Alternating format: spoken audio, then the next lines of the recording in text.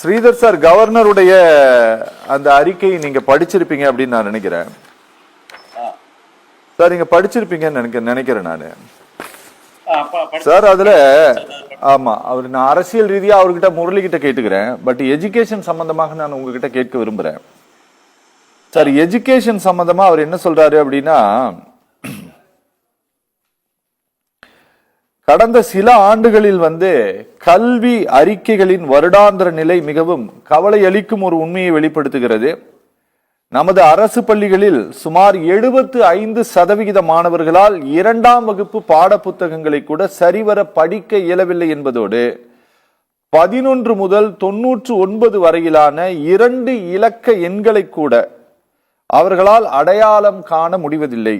2 இலக்க கூட்டல் கழித்தல்களை கூட அவர்களால் செய்ய முடியவில்லை.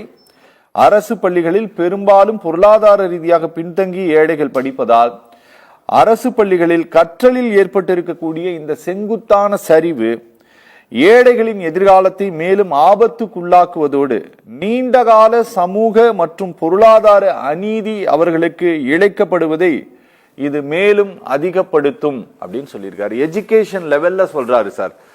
ஏன்னா இதை நாங்க அப்படியே எடுத்துக்க முடியாது சார். ஏன்னா 25% மாணவர்கள் தனியார் பள்ளிகள்லயும் படிக்கிறாங்க, கட்டாய கல்வி உரிமை சட்டத்தின்படி அரசு உதவி பெறும் பள்ளிகளிலும் படிக்கிறாங்க.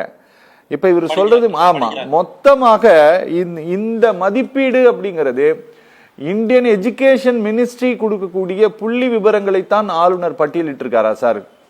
தன்னுடைய வருத்தமாக பதிவு செய்திருக்கிறாரா? இல்லை, நிச்சயமாக இது போன்ற ஒரு அறிக்கையை தமிழகத்தின் சார்பாக எந்த ஒரு புள்ளி விவரமும் கொடுக்க முடியாது. ஏனென்றால் சுமார் 15,000 தனியார் பள்ளிகள் தமிழகத்தில் இயங்கிக் கொண்டிருக்கின்றன.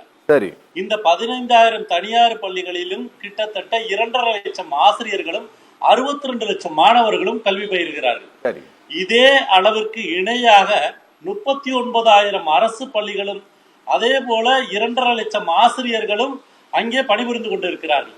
இதிலே எந்த பகுதியிலே எந்த இடத்திலே இது போன்ற ஒரு நிகழ்வு இருந்தது என்று ஆளுநரால் சொல்லவே முடியாது. ஏனென்றால் கல்வி என்பது இடைநிற்றல் அல்லாத அளவுக்கு நாம் கல்வியை மேம்படுத்தி கொண்டிருக்கின்றோம். இவ்வாறெல்லாம் சொன்னால் கிட்டத்தட்ட 12 லட்சம் ஹையர் செகண்டரி படிக்கக்கூடிய மாணவர்கள் 10 லட்சம் மாணவர்கள் உயர்கல்வியில் சேர்ந்து இன்றைக்கு அயலக பணியிலே ஆளுமை மிக்கவர்களாக உலகெங்கும் பரவி கிடக்கிறார்கள் என்றால் இந்த அடிப்படை கல்வி தெரியாமல் எப்படி அவர்கள் அங்கே சென்றிருக்க முடியும் என்பது ஒரு கேள்வி. அதை விடுத்து தேர்வுகளிலே தேர்ச்சி விகிதம் என்று பார்த்தோமேயானால் ஒரு அரசு தேர்விலே பொது தேர்விலே 10ஆம் வகுப்பு பொது தேர்விலே கிட்டத்தட்ட 99.8% மாணவர்கள் தேர்ச்சி அடையக்கூடிய மாநிலமாக தமிழகம் இருக்கிறது. எழுத படிக்க தெரியாமலா இவர்கள் தேர்ச்சி அடைவார்கள்? இது ஒரு புறம்.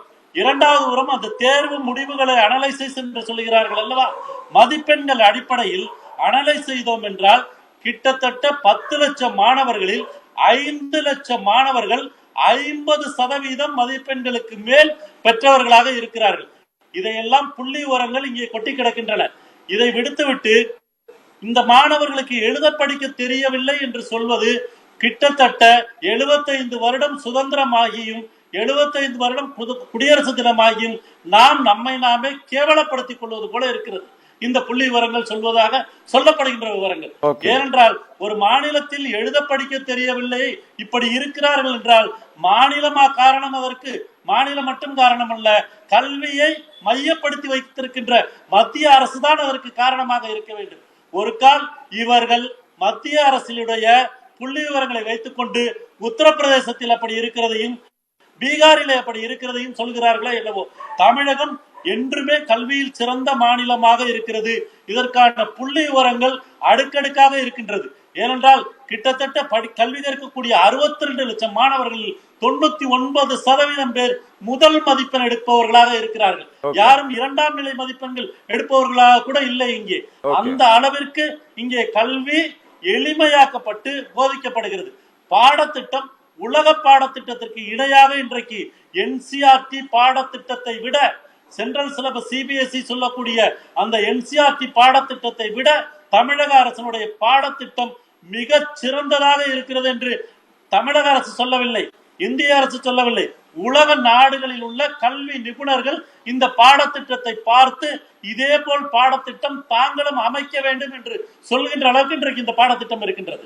சார் நீங்க அப்படி சொல்றீங்க, கவர்னருடைய ஸ்டேட்மெண்ட் என்ன தெரியுமா சார் இருக்கு? சார் நான் ஒரு விஷயம் நான் இங்க கொஞ்சம் ஒரு தெளிவுபடுத்த விரும்புறேன்.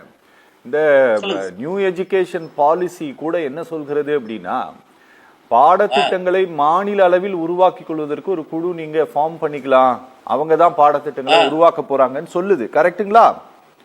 ஆமா. ஓவரால் அகில இந்திய அளவில் ஒரே மாதிரியான பாடத்திட்டங்கள் கிடையாது, மாநில அளவில் பாடத்திட்டத்தை உருவாக்கிக்கலாம் தான் நியூ எஜுகேஷன் பாலிசி கூட சொல்லுது. ஆனா கவர்னருடைய இந்த ஸ்டேட்மெண்ட் என்ன சொல்லுதுன்னா சார், அதாவது அத இந்த சமூக பொருளாதார அநீதி இழைக்கப்படுவதை இது மேலும் அதிகப்படுத்தும்னு சொன்னதுக்கு அடுத்த வரியாக குறிப்பிடுகிறார், நண்பர்களே உயர்கல்வியை பொறுத்த மட்டில் கூட நிலைமை சிறப்பாக இல்லை அப்படின்ட்டு அதனுடைய கடைசி பேரால சொல்றாரு, மாநில அரசின் உயர்கல்வி குழு தயாரித்தளிக்கும் தரம் தாழ்ந்த பாடத்திட்டத்தையே பின்பற்ற வேண்டிய கட்டாயத்தில் பல்கலைக்கழகங்கள் இருக்கின்றன அப்படின்ட்டு சொல்றாரு சார். உயர்கல்வியினுடைய நிலைமையும் நல்லால அப்படிங்கிறாரு. ரெண்டாவதாக அவர் சொல்வது என்ன அப்படின்னா, இங்க இருக்கக்கூடிய உயர் கல்விக்குழு தயாரித்து கொடுக்கக்கூடிய பாடத்திட்டம் தரம் தாழ்ந்தது, அதை தான் கற்பிக்க வேண்டிய கட்டாயத்தில் இங்கு பல்கலைக்கழகங்கள் இருக்கின்றன, கல்லூரிகள் இருக்கின்றன சொல்றாரு. Not only school education sir, higher education வரை இந்த லெவல்ல தான் இருக்குங்கிறாரு.